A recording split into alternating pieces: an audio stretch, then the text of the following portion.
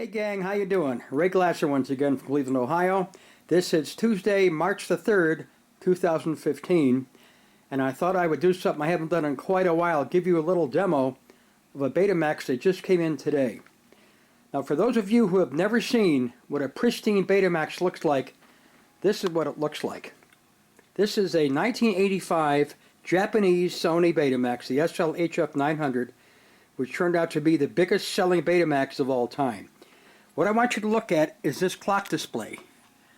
This thing looks like new. It's totally bright and is crystal clear, and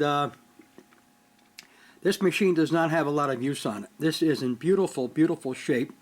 Of course, it's got the high band in place of SuperBeta because it is in fact a Japanese Betamax. And for those of you who have never seen this machine in person, I'll show you what it's all about real quickly. I haven't had one of these in many years, but I think I remember the basics of it. Down here are just some of the controls. The one on the far left where it says offline, online, that's available only on this Japanese version, as is this 3-position record mode switch. Now you guys that have an American model, you don't have the B1S on the left. But this is the Japanese version, which is why I bought one of these new back in 1985, kept it for many, many years. There's your edit switch, sharpness, high band, which is SuperBeta on or off, detail, normal or high. I think this is the only Betamax to have a detail switch. Multiplex filter, that's for audio recording. Audio select BetaHiFi on, mixing both hi-fi and linear channels or off. And here's something else that's new, tone control, high or low. Up here are your level controls, left and right. Here are the function controls. You've got rewind, play, fast forward, stop, and pause.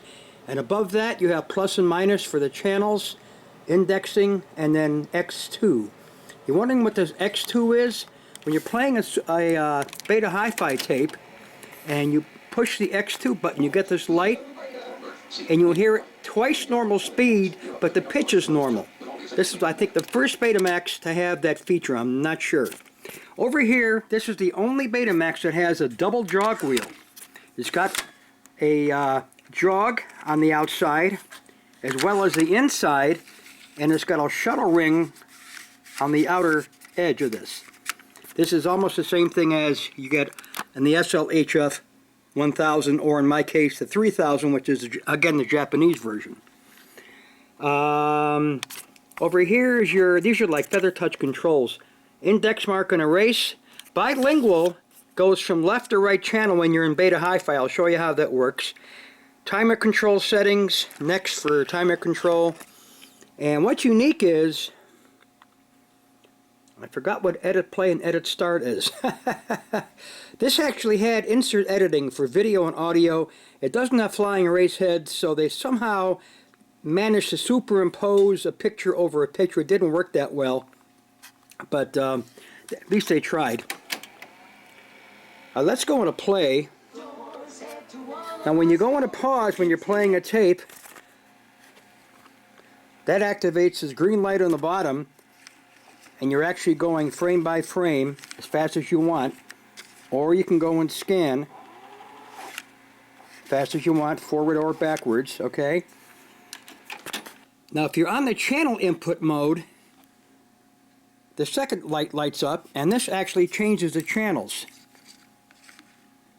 As I'm going forward, the channels are going up. The third light is if you want to set your timer. This also controls your timer setting. Changing the days, next week, 3 weeks, whatever the heck this was. And that, you just swing this back and forth to change the day, turn on time, turn off time, and everything else. Makes it very, very, very easy. Here's a few more things about this machine. This button up here that says bilingual is for this. Now on the American machines, you have stereo left or right. On the Japanese version, you have main or sub, not left or right. Same thing. but that's what they call it in Japan. And this button up here, Bilingual, is what changes that. Now, how many of you know what the index is for? Indexing. It's right here. If you're in the stop mode, actually this is in pause. If you're in the stop mode and you hit index scan and you push fast forward, if you have any indexes marked in the tape, it'll stop, play it for about 10 seconds, and go on to the next one. The other way this works is you can actually search for a certain index if you want. If you're in stop, say you want to go to the third one. If you have more than 3 index marks on this tape, it'll bypass 1 and 2 and stop at 3 and start playing. It's a really good feature that very few people know about. Now here's the back of the machine. Pretty much everything is in Japanese, as you would expect, but somebody actually put little labels on here in English so you know what's where, which is actually a good thing to do. As you can see, this thing is really, really clean. It's as clean as it looks inside the camera, and I'm sure it's coming out great on video. This machine is really clean. There's a little nick right here in the corner, but other than that,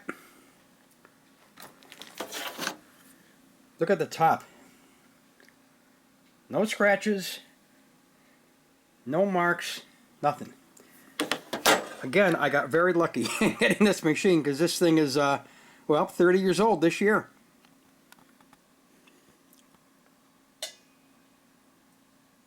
This was really a great machine in its day, and I'm really proud to have this one because A, it's Japanese, and B, it looks like new. The top even has the original plastic covering over this window, which I'm going to take off eventually. And this is the original remote control. Of course, it's in Japanese, but it's pretty straightforward and pretty standard. Randy, are you watching? Randy lives in Japan, folks.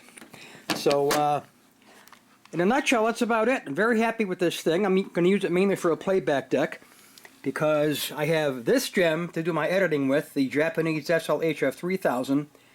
This is my main playback deck, the SL-HF900. And this deck is just sitting. This is the Japanese SL-HF1000D, which never had an American counterpart. And it's a keepsake. So here's a video rack the way it looks now, March 3rd of 2015. Up here, this is a digital analog tuner converter. I can actually record TV on a Betamax using this thing. This is a DVD recorder made by Magnavox. This is my Sony Blu-ray. Below that is my Sony upscaling standard DVD player. So I now have all 3 of my DVD players stacked on top of each other. And this, of course, is the $3,000 X1 editor, the SL-0383. So there it is, gang. The Ray Glasser video rack as of March 3rd, 2015. The only thing I really want to add to this is an ED Beta, because I do have some ED Beta tapes up on this wall of tapes, and I have nothing to play them on. And I've never seen an ED Beta played back on an HD TV, so that should be interesting. Alright, we're going to fade out for now. Hope you enjoyed this short video. Take care, and we'll see you later. Bye-bye.